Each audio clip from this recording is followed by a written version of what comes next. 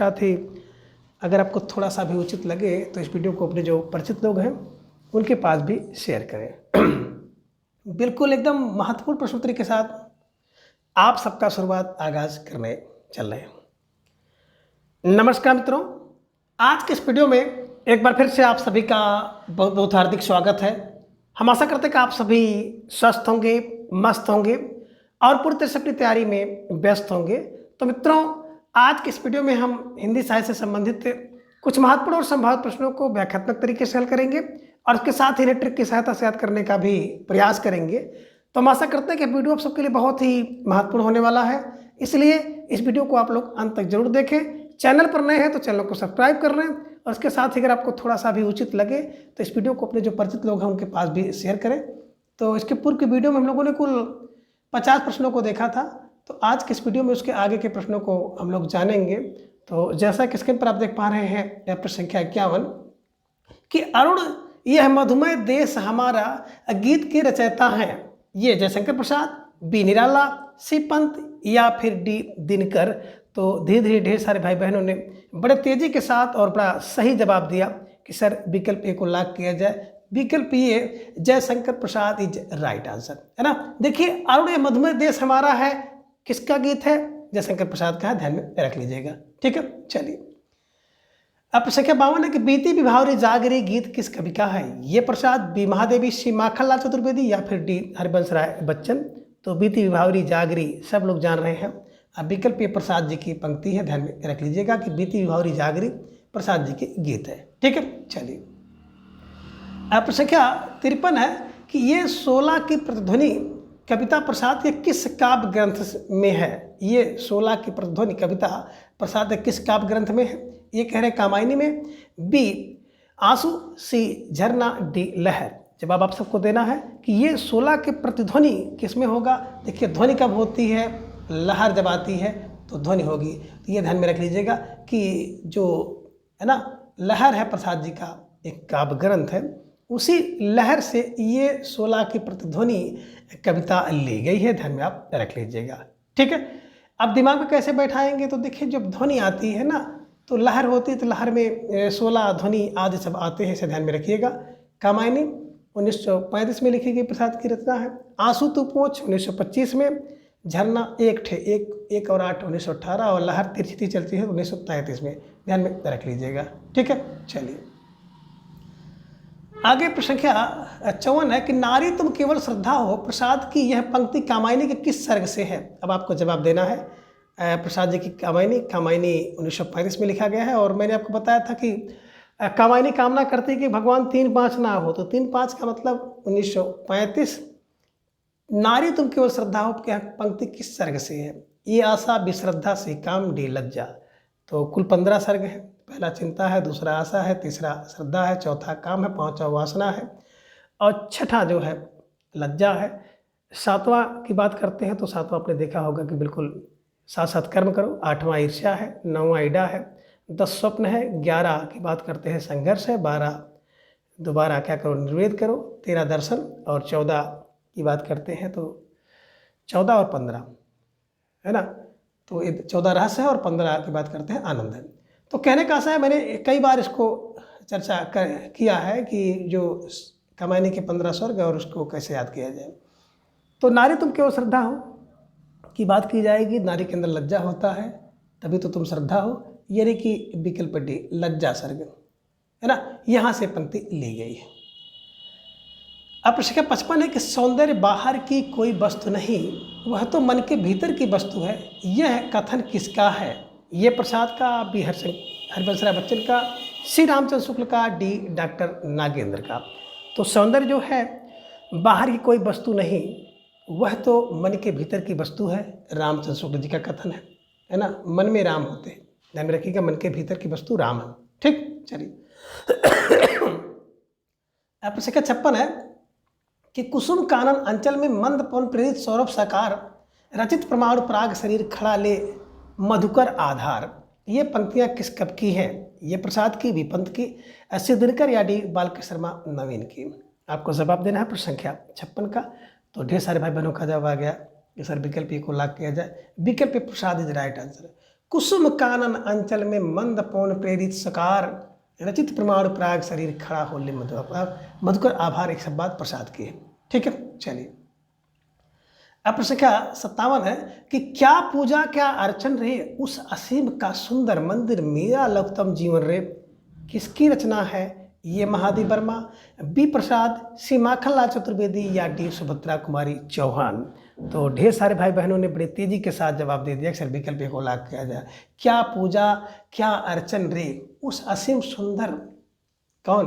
देवी के आगे, देवी फॉर महादेव वर्मा को ध्यान में रख लीजिएगा। ठीक है, चलिए प्रश्न क्या 58 है कि ईड़ा नामक पाद कामायनी में किसका प्रतीक है? ये मन, बी बुद्धि का, सी हृदय का या डी इनमें से कोई नहीं। तो कामायनी के जितने पात्र हैं सबका कुछ ना कुछ प्रतीक है। तो यहाँ से प्रश्न आपकी परीक्षा में पूछे जाने की संभावना रखता है, इसलिए इसे भी आप लोग ध्यान से पढ़िएगा।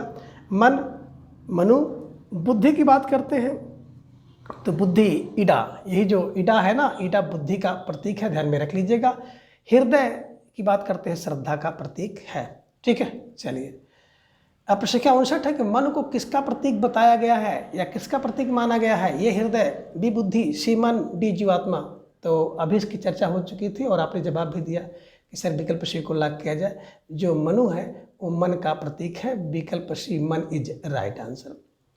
प्रश्न के 60 कामायनी में किस दर्शन का प्रतिपादन किया गया है? ये शाक्त, बी बौद्ध, सी शौड और डी आद्वैत दर्शन।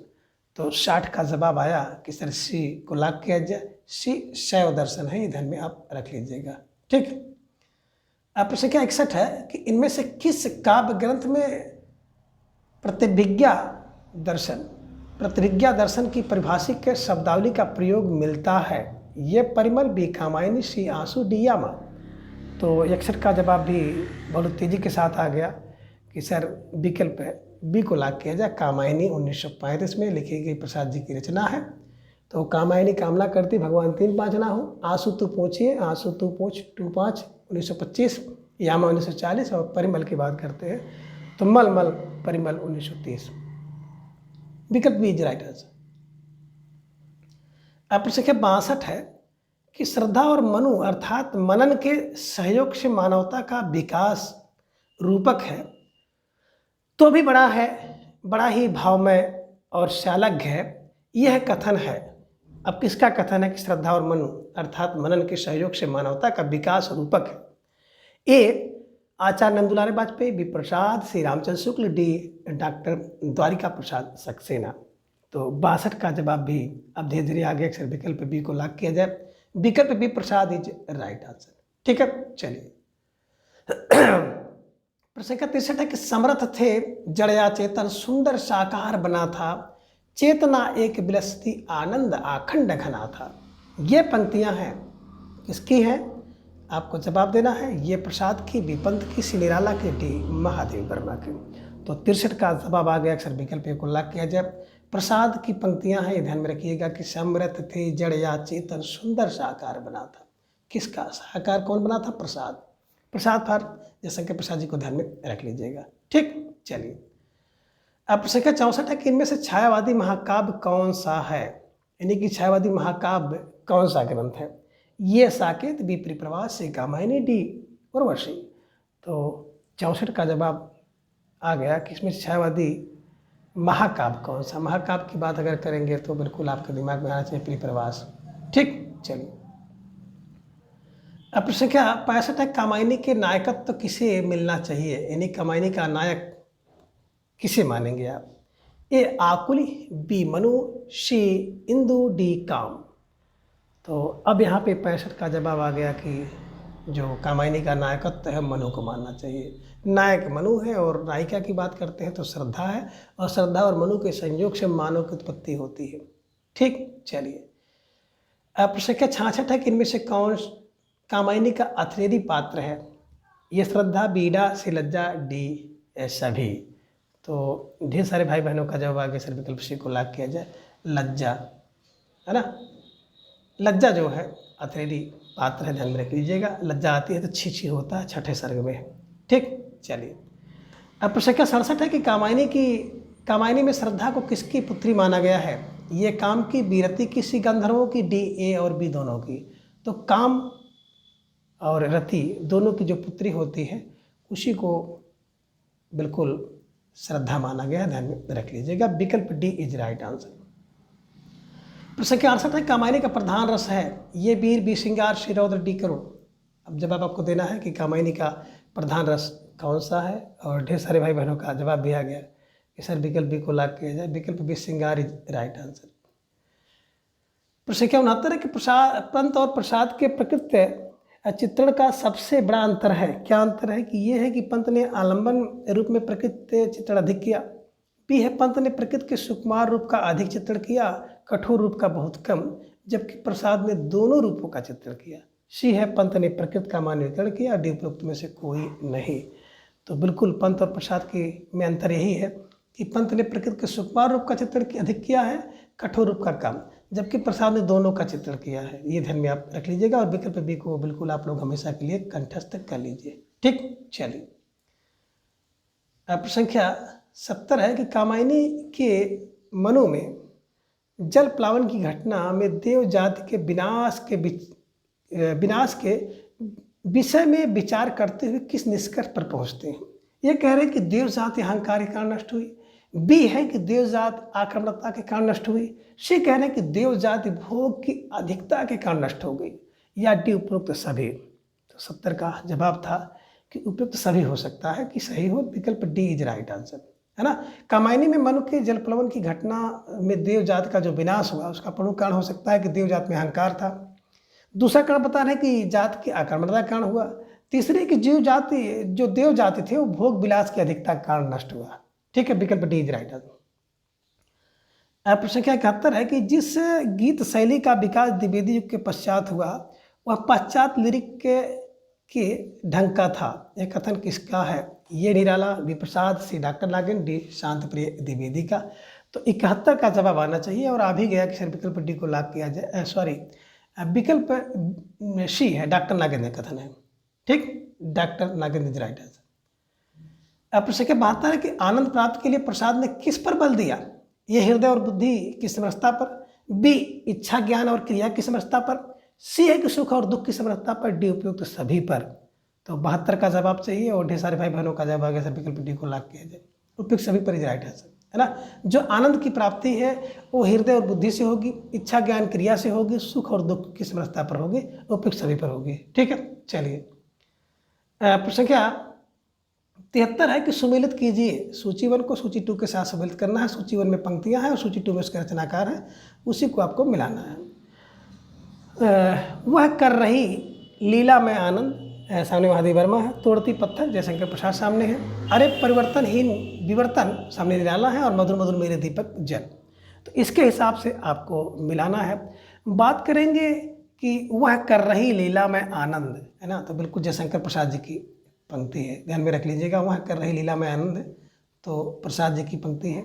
ये का देखेंगे 2। ठीक, वह तोड़ती पत्थर हर कोई जानता है, निराला जी की, है ना, एक पंक्ति है।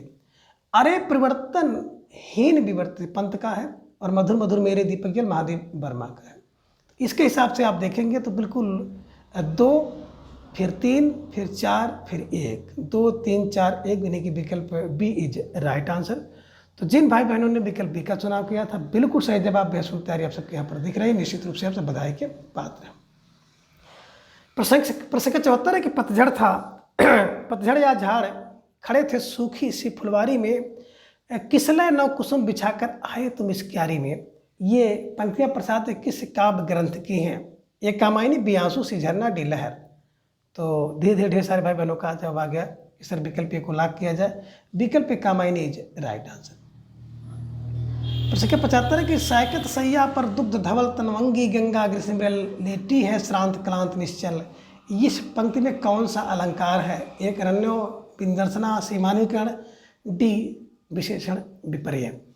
तो बिल्कुल सैया पर दुग्ध धवल तनवंगी, इसे मानवीकरण अलंकार है क्योंकि मानव के क्रियाकलापों का वर्णन किया गया है। ये ध्यान में रख लीजिएगा।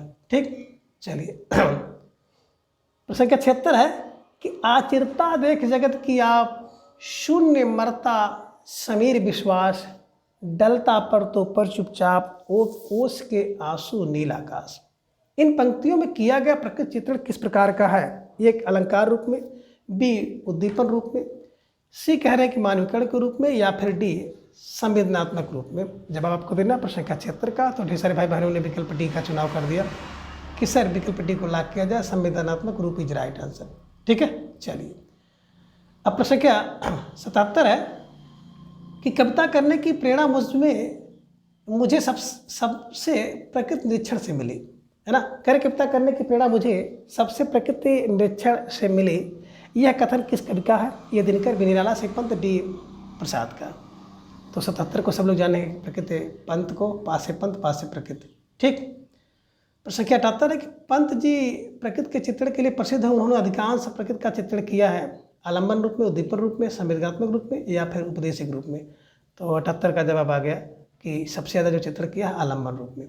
ठीक है, चलिए प्रश्न संख्या 79 है कि प्रकृति के मानवीकरण की प्रवृत्ति सर्वाधिक पाई जाती है रीतकालीन कवियों में, भारतानुगत कवियों में, छायावादी कवियों में, प्रगतिवादी कवियों में। तो आपका जवाब भी आ गया अक्सर विकल्प सी को लॉक किया जाए। प्रकृति का मानवीकरण सबसे ज़्यादा जो मिलेगा छायावादी कवि मिलेगा। अब प्रश्न संख्या 80 है, कौन सा काव्य संकलन छायावादी काव्य का नहीं है? पल्लव, गुंजन, उत्तरा या ग्रंथि। तो विकल्प सी उत्तरा इज राइट आंसर। ठीक है, चलिए आगे प्रश्न संख्या 81 है कि छायावाद का मैनिफेस्टो कहा जाता है, यानी कि छायावाद का घोषणा पत्र किसे कहा जाता है? ए कामायनी की भूमिका, बी पल्लव की भूमिका, सी आंसू की भूमिका, डी इनमें से कोई नहीं। तो ढेर सारे भाई बहनों का जवाब भी आ गया कि छायावाद का जो मैनिफेस्टो है ना, तो पास से पल्लव, पास से पत्र, विकल्प बी इज राइट आंसर। जो पल्लव की भूमिका है उसी को। ठीक, चलिए प्रश्न संख्या 82 कि पल्लव की भूमिका लगभग कितने पृष्ठों की है? ये 30, बी 40, सी 20, डी 10। तो हर कोई बिल्कुल सबका सही जवाब आ गया सर, विकल्प बी को लॉक किया जाए, 40 इज राइट आंसर। लगभग 40 पृष्ठों की भूमिका है। प्रश्न संख्या 83 है कि अलंकार केवल वाणी की सजावट के लिए नहीं है, भाव की ये व्यक्ति के विशेष द्वार है, कथन किसका है? ये शांति द्विवेदी का, बी सुमित्रानंद पंत का, सी जयशंकर प्रसाद का, डी नंदबिहारी वाजपेयी का। तो 43 का जवाब भी बड़े तेजी के साथ आया, सर विकल्प बी को लॉक किया जाए, Sumitranand Pant is right answer, है ना। बिल्कुल सही जवाब बी सुमित्रानंद पंत। अब प्रश्न संख्या 84 है कि कर्म का भोग, भोग का कर्म ही जड़ चेतन का आनंद, यह पंक्ति किसकी है? जवाब आपको देना है। तो ये कह रहे हैं कामायनी की, बी पल्लव की, सी अनामिका की, डी निहार की। तो ढेर सारे भाई बहनों का जवाब भी आ गया सर, 84 का जो विकल्प ये है कामायनी की इज राइट आंसर। ठीक, चलिए अब प्रश्न संख्या 85 है कि चित्त का विराट वायु मंगल, यह सतत चिर सुंदर में यह शब्द प्रयुक्त हुआ ईश्वर के लिए, मनु के लिए, संसार के लिए, श्रद्धा के लिए। तो 85 का जवाब आ गया अक्सर विकल्प सी को लॉक किया जाए, विकल्प सी संसार के लिए इज राइट आंसर। प्रश्न संख्या 86 है कामायनी किस प्रकार का महाकाव्य है? कथा प्रधान, भाव प्रधान, चित्र प्रधान, या डी इनमें से कोई नहीं। तो 86 का जवाब आ गया कि विकल्प बी को लॉक किया जाए, भाव प्रधान इज राइट आंसर। ठीक, चलिए अब प्रश्न संख्या 87 है कौन सा कथन असत्य है? एक कामायनी एक छायावादी महाकाव्य है, बी पंत काव्य का कर्म में विकास हुआ, सी निराला छायावादी कवि के साथ साथ प्रगतवादी चेतना से युक्त हैं, और महादेवी के काव्य प्रगतवादी तत्व उपलब्ध होते हैं। तो कह रहे कौन असत्य है? विकल्प डी यही है ना, मायावती छायावाद। महादेवी वर्मा की बात करते हैं ना, तो छायावाद के तत्व में मिलते हैं, महादेवी में प्रगतवादी नहीं। प्रश्न संख्या 88 है कि हिंदी में मुक्त छंद में पहली कविता लिखने का श्रेय किसे दिया जाता है? ए प्रसाद, बी निराला, सी पंत, डी मैतीसर गुप्त को। तो ढेर सारे भाई बहनों का जवाब आ गया कि हिंदी में मुक्त कविता लिखने के लिए निराला है। जब कोई व्यक्ति निराली कविता लिखेगा, है ना, मुक्त में लिखेगा, निराली कविता होगी। 89 कौन सी कविता निराला की नहीं है? सरोज स्मृति, जागो फिर एक बार, तोड़ती पत्थर, ये 16 की प्रतिध्वनि। अब आपको जवाब देना है 89 का। तो ढेर सारे भाई बहनों का जवाब आ गया कि 16 प्रतिध्वनि है ना, निराला की कविता नहीं, बाकी सब उनकी है। प्रश्न संख्या 90 को तोड़ती पत्थर देखा मैंने उसे इलाहाबाद के पथ पर, निराला की कविता को किस वर्ग में रखा जाता है? छायावादी, प्रगतिवादी, प्रयोगवादी, या इनमें से कोई नहीं। तो 90 का जवाब आ गया कि तोड़ती पत्थर ये प्रगतिवादी के अंतर्गत आती है, ध्यान में रख लीजिएगा।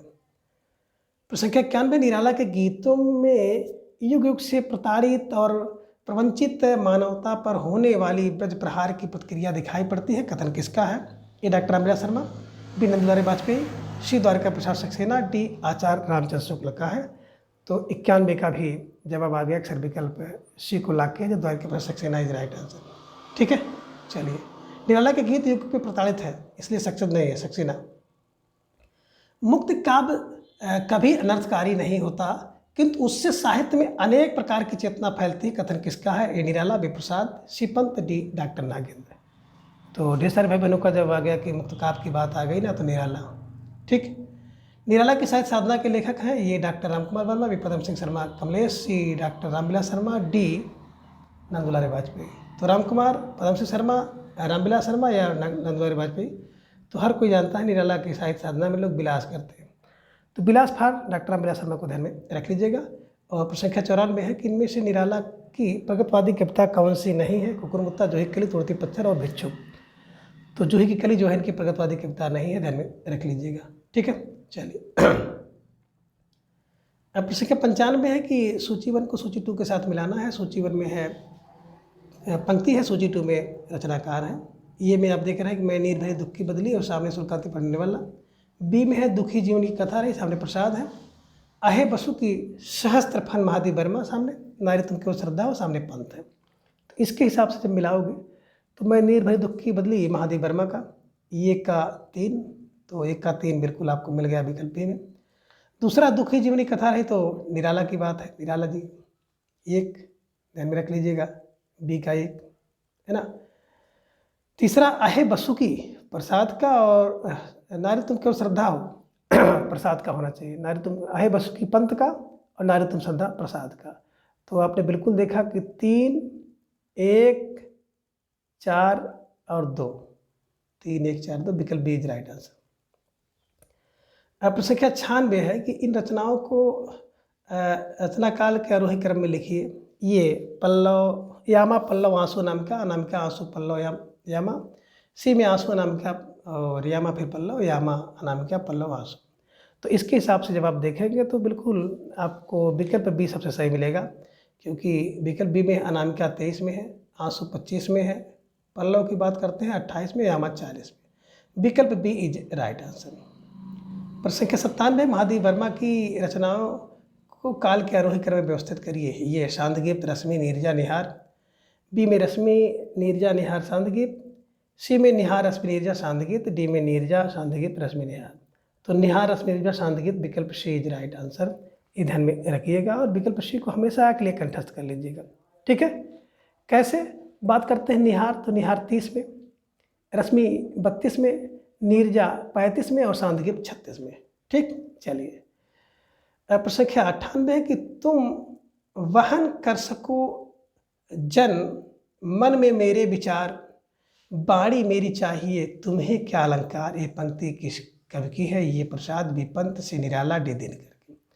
तो 98 का जवाब भी धीरे धीरे आ गया कि सर विकल्प बी को लॉक किया जाए। विकल्प B Pant is right answer.